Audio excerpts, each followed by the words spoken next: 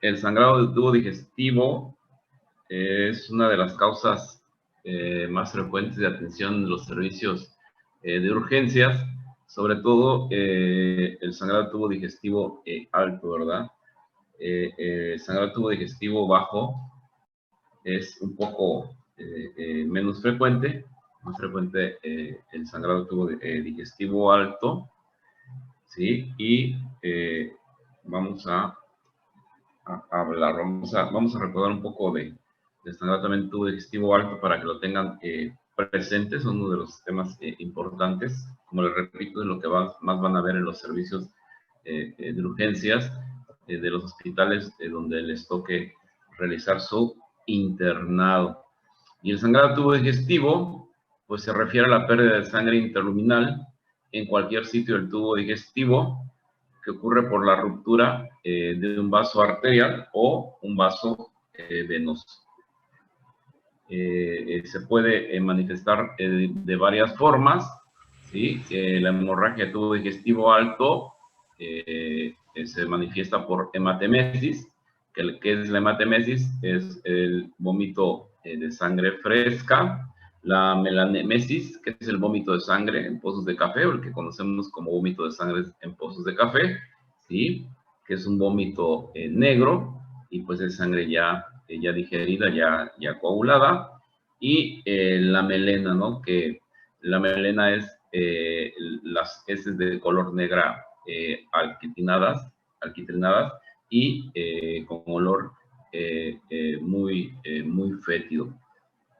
Cuando vemos estas características, pues esto debemos pensar que el paciente tenga una hemorragia de tubo digestivo alto, sangrado de tubo digestivo alto, porque así es como se va a manifestar.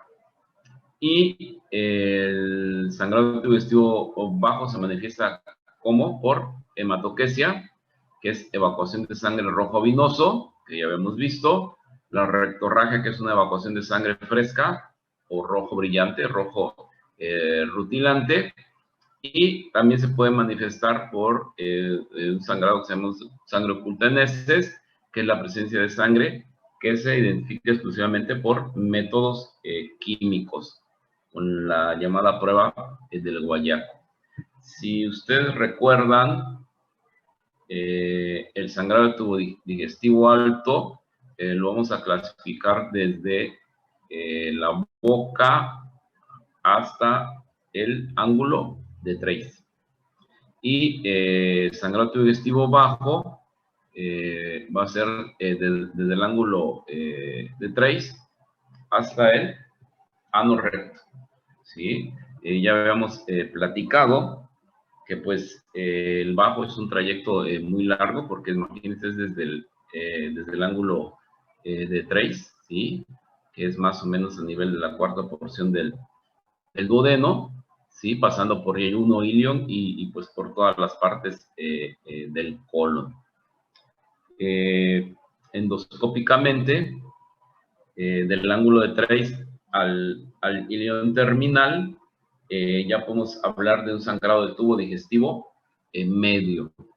Desde que tenemos los métodos para poder inspeccionar más adecuadamente el intestino delgado, pues ya hablamos nosotros de un sangrado de tubo digestivo medio, que todavía esta nomenclatura no se ha acuñado, podríamos decir oficialmente, ¿sí? Pero con la llegada de la cápsula endoscópica y de la enteroscopía por arrastre, ya sea con monobalón o doble balón, ya podemos identificar lesiones en el intestino delgado, que antes no teníamos acceso, nomás con estudios radiológicos, y también podemos realizar maniobras terapéuticas para poder cohibir un sangrado de una úlcera, de una malformación arteriovenosa, una ectasia venosa. Entonces, recuerden eso, aunque le digo oficialmente, pues todavía en la literatura hablamos de bajo y alto. Y acuérdense cómo se va a manifestar el sangrado dependiendo del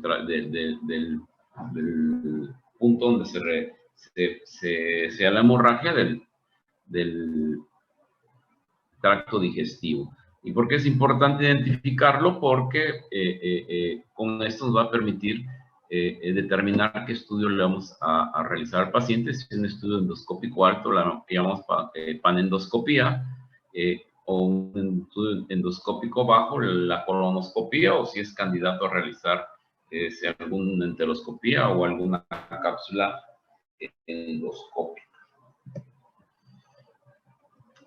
Aquí está, la melena es un signo de hemorragia presente de los segmentos principales del tubo digestivo, boca, faringe, incluyendo sangre deglutida de origen nasal, se puede manifestar como melena, como evacuación negra, esófago y duodeno. Y el cambio de color se debe al efecto del jugo gástrico, que es ácido, y a la presencia de bacterias intestinales que lo van degradando. Ya habíamos visto todo esto, que se requiere aproximadamente de 60 a 100 mililitros, ¿sí? Algunas bibliografías nos mencionan que hasta con 50 mililitros ya se puede producir una evacuación, una evacuación melénica, y basta solo un episodio hemorrágico abundante para que el paciente presente melena por 10 días aproximadamente. Un paciente que tiene ruptura de varices esofágicas o varices gástricas por hipertensión portal por cirrosis, pues es un paciente que va a estar presentando evacuaciones melénicas durante varios días, y eso no significa que tenga una hemorragia activa.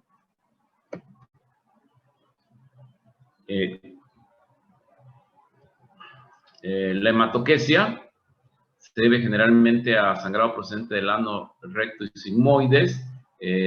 También se puede deber la hematoquesia a sangrados en todo el colon o en parte del intestino delgado.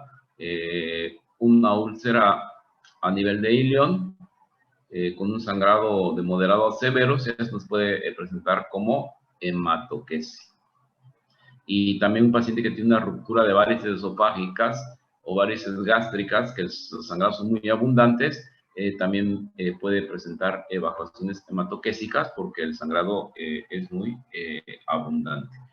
Las hemorragias pequeñas procedentes de cualquier punto del tubo digestivo solo se detectan por métodos químicos, de los cuales el más práctico es la prueba del guayaco. Esta es la prueba de sangre oculta en heces. En muchos pacientes se puede presentar a consulta únicamente por presentar una anemia y no manifestar que tiene algún signo de sangrado, melena, hematoquesia, algo, y puede tener un sangrado oculto. Entonces, es importante a los pacientes con anemia realizarles la prueba para búsqueda de sangre oculta en heces, la prueba del guayaco. Y el sangrado tubo digestivo bajo, hay una clasificación que de acuerdo a su presentación puede ser aguda o crónica. Los pacientes normalmente con sangrado tubo digestivo crónico son los pacientes que tienen la sangre oculta, ¿no? Que no se percata el paciente de que está sangrando. La magnitud puede ser mínima, moderada o grave, ¿no? El sangrado puede ser mínimo, moderado o grave. Mínimo cuando hay una pérdida del volumen sanguíneo de menos del 10% o menos, moderado del 10% al 15%, y grave es cuando ya se pierde más del 15%. Si recuerdan, un adulto de 70 kilos, pues aproximadamente va a tener unos 5 litros de sangre. Entonces, un paciente con sangrado grave es el que va a perder más de 15%, estaríamos hablando que está perdiendo más de 1,5 litros, entonces ya es una situación pues bastante crítica, ¿no? Y aquí en este cuadrito, también ya hemos visto, nos da algunos puntos, ¿sí?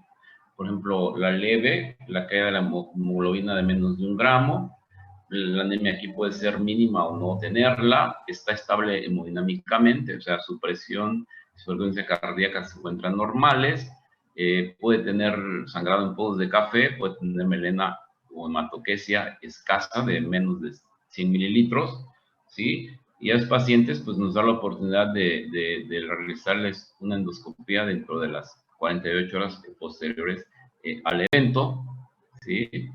Son pacientes que no necesitan ninguna reanimación porque no van a tener inestabilidad hemodinámica. Moderada, se dice que es la caída de la hemoglobina de 1 a 2 gramos. Pueden presentar ya una anemia, una hemoglobina de 10 o un poquito más. Pueden tener taquicardia y leve hipotensión, sobre todo ortostática. Tienen melena o hematoquesia y van a tener 350 mililitros de volumen total evacuado. Estos pacientes deben realizar la endoscopia dentro de las siguientes 12 horas de su ingreso a la unidad hospitalaria y obviamente cuando ya realizamos algunas maniobras de reanimación porque estos pacientes van a tener una inestabilidad hemodinámica pues leve o moderada, ¿no? Van a estar tan inestables. Y la grave, que como ya vimos, es la pérdida del 15% del volumen sanguíneo total, la caída de la hemoglobina es de más de 2 gramos, la hemoglobina de estos pacientes puede ser de menos de 10 gramos, van a tener una inestabilidad hemodinámica ya marcada, van a estar taquicárdicos, hipotensos, pueden estar sudorosos, fríos, con un retorno, un llenado capilar más lento, ¿sí? Pueden tener hematoquesia o melena repetidas o de un volumen mayor de 150 mililitros y estos pacientes hay que realizarles endoscopía en cuanto los estabilicemos hemodinámicamente en el servicio de urgencias, que puede ser dentro de las primeras 3 a 6 horas posteriores a su ingreso. En estos pacientes lo primordial es estabilizarlos hemodinámicamente con fluidos intravenosos para poder realizar la endoscopía para hacer el diagnóstico y pues si es necesario, es posible también realizar alguna maniobra terapéutica para cohibir la hemorragia. Y aquí pues ya habla del origen, ¿no? Lo que habíamos comentado, alto, hasta el ángulo de Trace, el ángulo duodenoyunal, conocido como ángulo de Trace, y bajo del ángulo de Trace hasta el ano recto. Como decíamos, es un trayecto muy grande para abajo, ¿sí? Así que también podemos hablar de el sangrado de tubo en medio, ¿no? Vamos a recordar un poco de la hemorragia de tubo digestiva alta. Dice que en Estados Unidos hay más de 350,000 hospitalizaciones por año. La mortalidad alcanza el 10% aproximadamente. Se va a manifestar por melena o hematemesis. 5% de esos ingresos hospitalarios en nuestro medio corresponden a esta entidad, o yo creo que más, siendo la causa más frecuente la úlcera péptica. ¿Sí? Que ya vimos la úlcera péptica, y si recuerdan, la úlcera péptica es producida por AINES y por el Helicobacter pylori, ¿no? La causa más frecuente de sangrado tubo digestivo alto, la úlcera péptica. Y aquí vemos algunas etiologías, algunas causas de esófago, varices esofágicas, el síndrome de Mallory-Weiss, que es la ruptura de la mucosa esófago-gástrica, la esofagitis péptica, el cáncer, úlceras esofágicas por medicamentos o por infección, las infecciosas, las gástricas, pues la gastritis erosiva, las varices gástricas, principalmente fúngicas, la gastropatía por hipertensión portal, la úlcera péptica, el cáncer y los angiomas, ¿no? Las metastasis vasculares. En duodeno, pues la úlcera péptica, duodenitis, fístula arterioduodenal y la duodenopatía por hipertensión portal. Y si recuerdan, tenemos una clasificación para ese sangrado también que lo dividen por hipertensión portal y la que es por no hipertensión portal, que también lo podemos dividir así, ¿no? El sangrado tubo alto por hipertensión portal o sangrado digestivo alto por no hipertensión portal, donde entrarían todas las demás causas. Ya vimos que el Helicobacter pylori y la ingesta de analgésicos, los AINES, los no esteroideos, son los primeros y segundos factores de riesgo para la hemorragia de tubo digestivo alto, ¿no?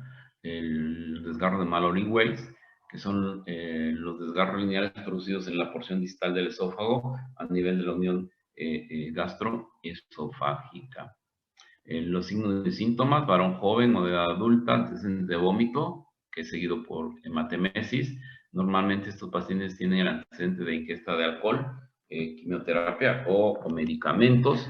No hay síntomas sistémicos y la hemorragia se detiene de manera espontánea en un 80 o 90% en un lapso de 24 a 48 horas. Esos pacientes con desgarro de Mallory-Weiss, el sangrado se detiene espontáneamente y al que no se detiene espontáneamente y cuando hacemos endoscopía encontramos que todavía hay sangrado, tenemos que hacer alguna maniobra terapéutica, o sea, colocar un clip hemostático, un hemoclip, esclerosar con adrenalina, con polidocanol, el hemospray, o sea, hacer alguna terapia terapéutica con lo que contemos en nuestro servicio.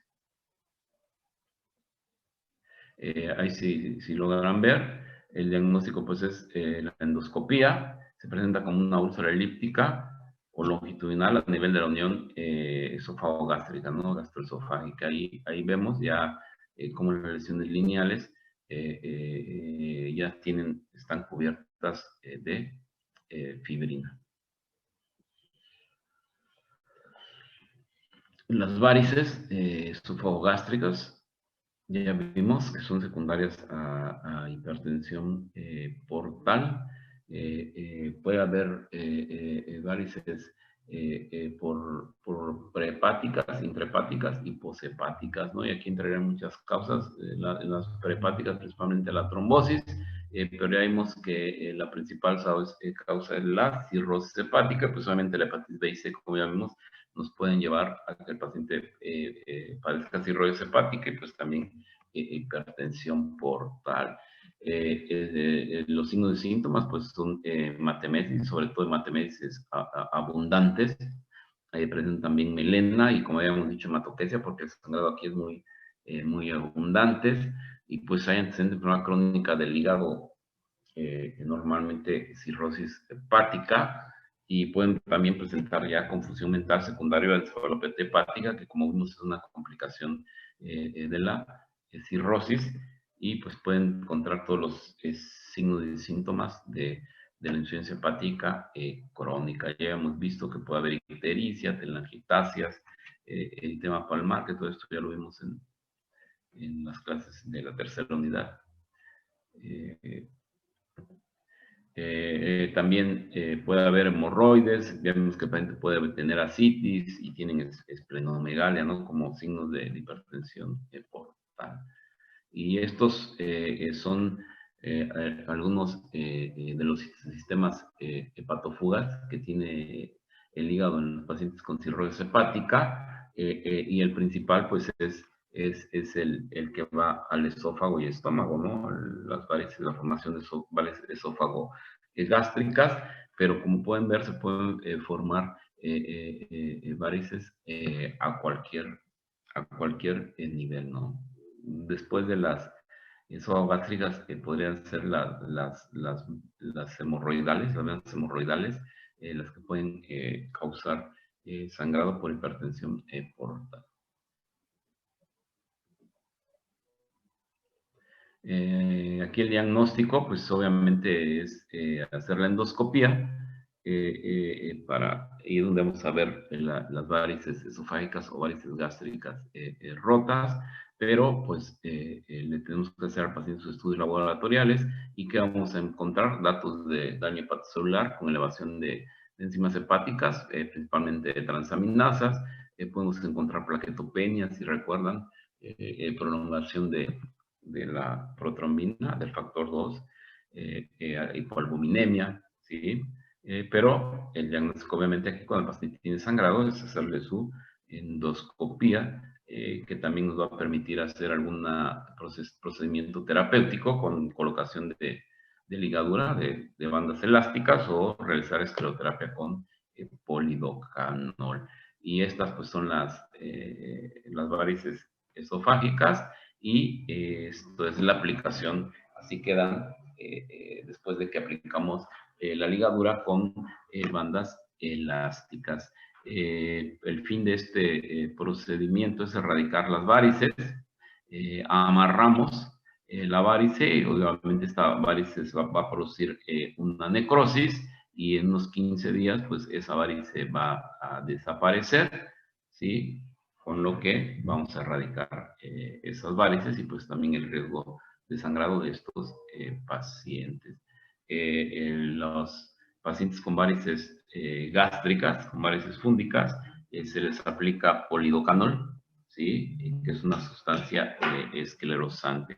La ligadura de varices para gástricas no funciona, lo podemos hacer como una medida urgente si no contamos en ese momento de estar haciendo la endoscopía con polidocano, con cianoacrilato, le podemos colocar alguna banda elástica, una ligadura para cohibir la hemorragia, pero no es el mecanismo por el cual podamos realizar la erradicación. Le tenemos que aplicar a este paciente cianoacrilato. Y como ya vimos, la hemorragia digestiva baja se manifiesta por rectorragia, que es la expulsión de sangre rojo brillante o rutilante, sangre fresca, que no está asociada con salida de materia fecal. Y la hematoquesia es una evacuación de color rojo vinoso, que ya puede venir asociada con salida de material fecal. Y lo que ya hablamos de la sangre oculta en heces. Y miren aquí las causas de la etiología: intestino delgado, angiodisplasias, pólipos, divertículo de Meckel, cáncer, enteritis por radiación, la salmonelosis, la shigelosis, la enfermedad de Crohn, de la que ya hablamos la clase pasada, en colon y recto, angiodisplasias, divertículos, pólipos, cáncer, la colitis ulcerativa crónica inespecífica idiopática, ARCUSI, colitis amibiana, hemorroides y fisuras. Nos pueden presentar el sangrado de tubo digestivo bajo, y la causa más común de sangrado de tubo digestivo bajo pues son el sangrado por hemorroides, y pues la más importante es el sangrado por cáncer, ¿no? La mayor parte de las hemorragias de tubo digestivo bajo provienen del colon y del recto. La angiodisplasia y la enfermedad diverticular son las causas más frecuentes de sangrado masivo. El sangrado masivo que se manifiesta como hematoquesia, y la causa más frecuente de rectorragia son las hemorroides. Las hemorroides son dilataciones de las venas de los plexos venosos de la mucosa del recto o del ano, y las podemos dividir en hemorroides internas o externas. En las internas se afecta el plexo superior, se sitúan por arriba del conducto anal, de la línea pectínea, y se encuentran cubiertas por mucosa. Las externas se afecta el plexo inferior, situado por debajo de la unión anorrectal, y están cubiertas por piel exterior, no por mucosa. Las externas no están cubiertas por mucosa. El sistema de drenaje en esta zona carece de válvulas y por ello la posición erecta de la persona aumenta la presión en el interior de las venas hemorroidales y por lo tanto se va a predisponer a la enfermedad. Causas, se habla, puede haber algunos factores hereditarios, aunque el estreñimiento sería el factor o la causa más frecuente. La diarrea también, estar de pie o sentado durante mucho tiempo, el embarazo, la obesidad también son otros factores para padecer hemorroides. Los signos y síntomas, las hemorroides internas van a tener exudado mucoide y sangre de color rojo brillante que puede variar desde estrellas de sangre, ¿sí? Visibles en el papel sanitario o sangre que gotea después de la evacuación. La forma más frecuente es como se presenta, es visible en el papel sanitario cuando se asea el paciente, queda manchado el papel y es como se da cuenta.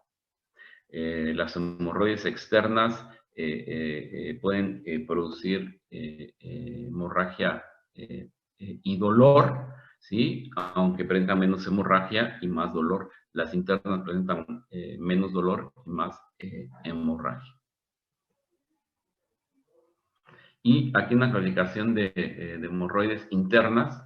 El grado 1 se encuentra, vamos a encontrar dentro del conducto rectal y no prolapsan. El grado 2 prolapsa con movimientos intestinales, pero regresan de manera espontánea al recto. El grado 3 prolapsa fuera del recto, pero puede reducirse de modo manual.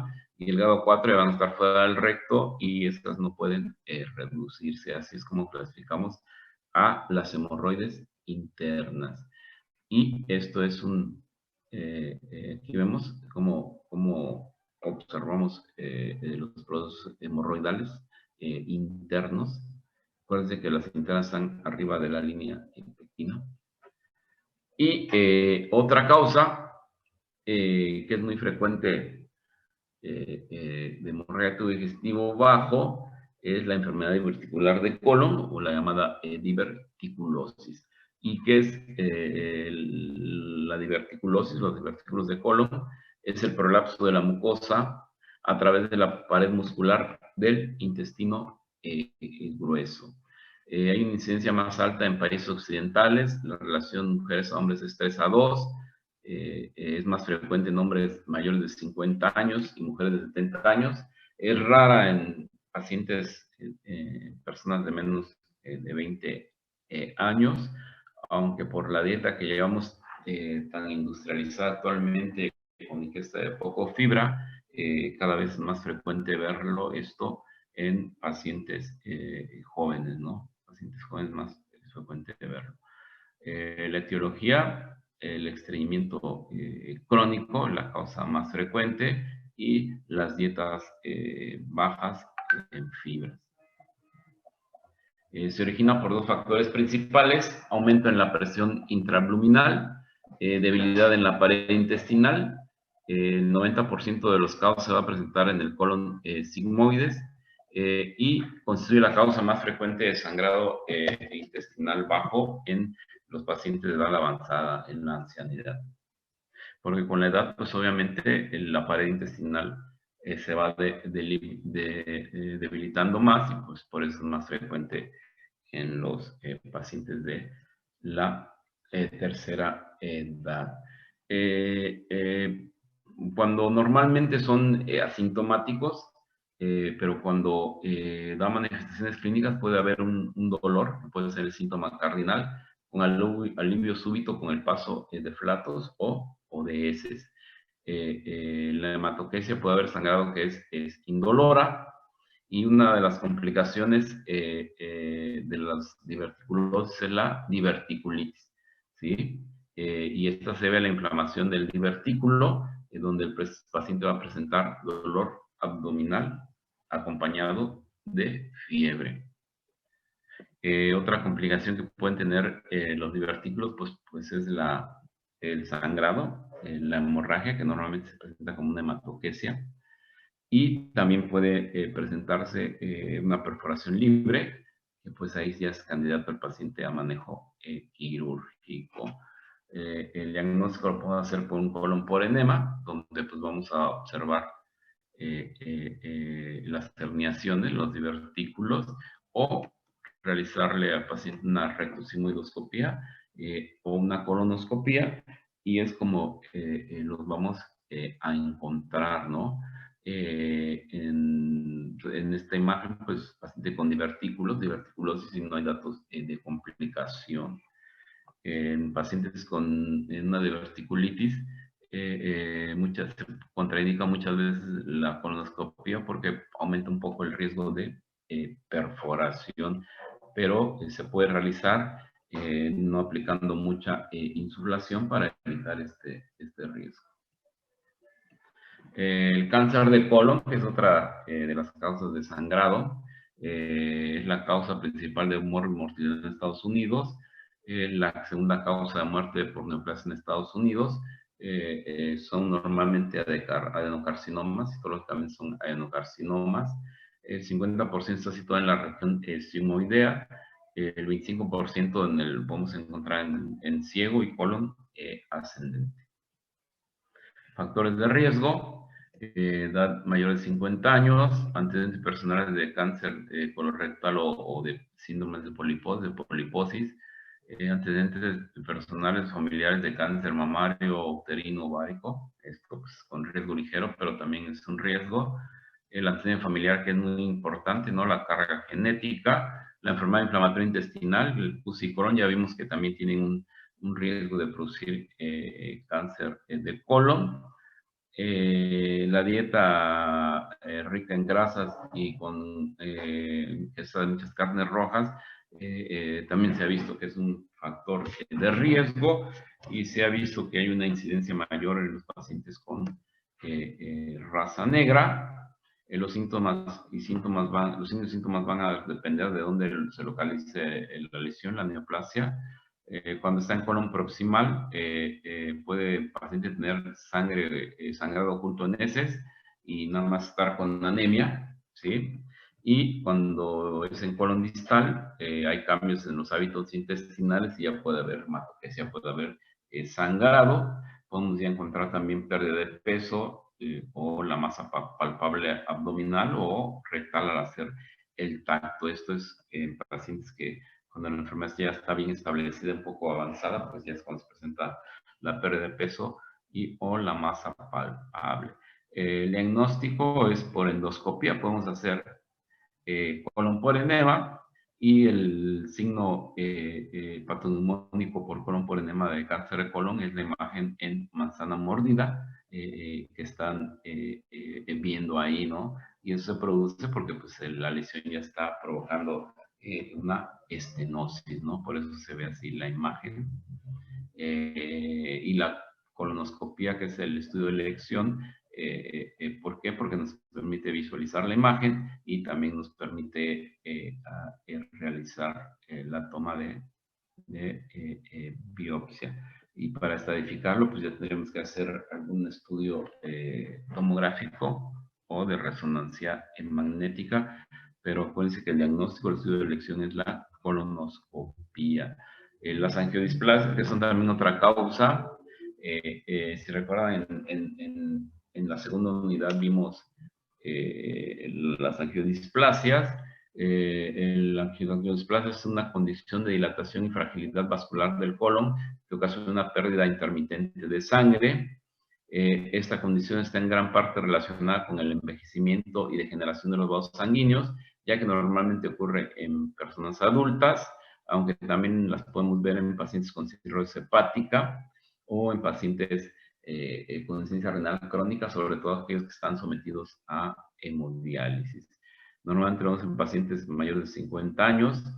Los síntomas son anemia, la presencia de sangre oculta en heces, fatiga y debilidad, o podemos ver ya pacientes con hematoquesia cuando tienen estas angiodisplasias. Y aquí vemos, miren, así es como se ven las angiodisplasias, que son las malformaciones arteriovenosas. En la primera imagen se ve que hay sangrado, y en esos pacientes le tenemos que practicar algún procedimiento terapéutico. podemos aplicar algún esclerosante, adrenalina, polidocanol, podemos aplicar argón plasma, que también se usa para estos casos. Aquí no están muy indicados los hemoclips. El hemospray también lo podemos aplicar y pues también podemos aplicar con coagulación con sonda caliente. Cuando no hay sangrado, podemos no aplicar algún procedimiento terapéutico o ya realizarlo para prevenir algún sangrado. Y en conclusión, el 80% de las hemorragias afortunadamente se autolimitan y solo requieren medidas generales de apoyo. Y cuando no se autolimitan, pues ya tenemos que utilizar alguna maniobra para parar el sangrado, ¿no? El procedimiento terapéutico. La causa más frecuente de hemorragia de tubo digestivo alto es la úlcera péptica y la gastritis erosiva. La endoscopía es el principal método de diagnóstico y terapéutico en la hemorragia de tubo digestivo, ya sea alto o bajo. La hemorragia de tubo digestivo bajo, normalmente el sangrado proviene de colon y recto, ¿sí? Y esto sería todo el sangrado, doctores. ¿Tienen alguna duda? ¿Tienen alguna duda, muchachos? ¿Ven mi pantalla, muchachos? A ver, les quería presentar algunos videos. Tenemos unos 20 minutos de algunos videos de una colonoscopía para que vean cómo vemos las úlceras en enfermedad inflamatoria intestinal. Déjenme checar, a ver, voy a pasar algunos, a ver, porque no recuerdo cuáles son. A ver si los puedo reproducir. ¿Tienen alguna duda, muchachos?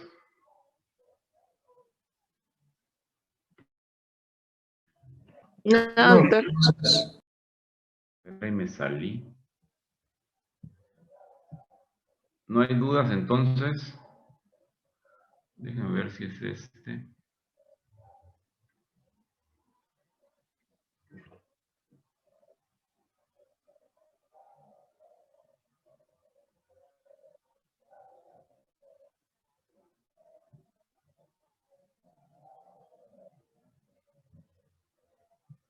No, yo creo que no es este.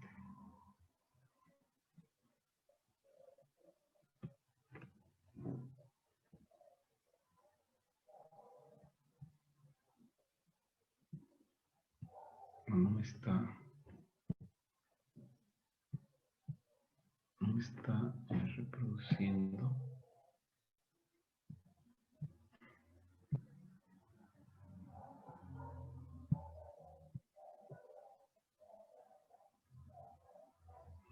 No, vamos a ver otro.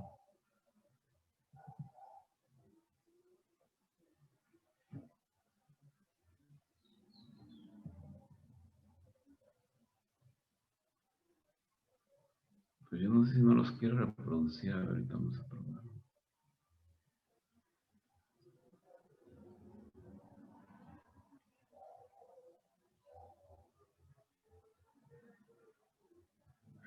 Como que no los quiero reproducir. A ver, voy a ver otro.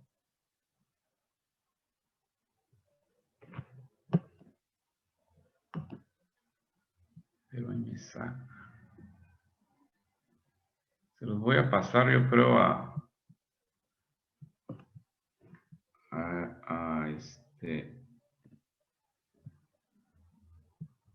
los voy a pasar a Rodríguez después para que los veamos, a ver si los puede reproducir y pasarlos, porque la verdad no encuentro cómo reproducirlos. Y con el que tengo ahí, pues no los quiere reproducir, los corta muy rápido. Rodríguez, ¿ya repartiste algunos temas, Rodríguez? Sí, ya quedaron repartidos el tema de enfermedad hemorroidal, fístulas perianales, cáncer de colon, ano y recto, poliposis familiar. Enfermedad diverticular. Sí, sí, diverticulosis también ya quedó repartido. ¿Qué tema sigue Rodríguez ahí en el? Creo que no seguía sangrando, no me recuerdo. ¿Qué No, sigue? de ahí seguía diverticulosis. No sé a quién se lo diste para que lo veamos mañana. Sí, ujú. Se lo había dado a mi compañero Alex Fabricio. Alex, ¿quién? ¿Él no ha dado temas? No, no, no ha dado temas, todos son nuevos. Ok, sí, sí, sí. Dáselo que no haya dado temas. Y luego que sigue Rodríguez. Después sigue, permíteme un segundito. Después sigue apendicitis aguda. Bueno, ¿qué te parece? Mira, Rodríguez, hemorroides y fístulas, yo creo que es un tema corto. No sé cómo vaya a preparar enfermedad diverticular tu compañero, pero que ya esté preparado el otro tema que es corto, que esté preparado el de hemorroides y fístulas, no sé a quién se lo diste, por si tu compañero pues no ocupa toda la hora, que depende cómo lo prepare lo que se pueda llevar de tiempo, eh, este, que esté listo. Por ejemplo, síndrome de pólipo, yo creo que sí se lleva una clase. Apendicitis, no sé, también depende cómo lo preparen, a lo mejor no se lleva toda la clase, pero que estén preparados para mañana, el que nos da diverticulosis y que tenga preparado hemorroides, enfermedad hemorroidal y fístulas, el compañero que le toque, que es así, no es muy larga, por si acaba rápido, pues ya se dé la otra clase. ¿Tienen alguna duda, muchachos?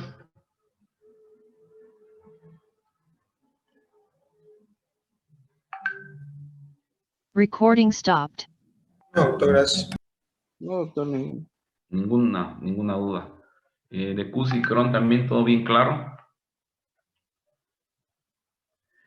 Y de Sí, doctor. sangrado.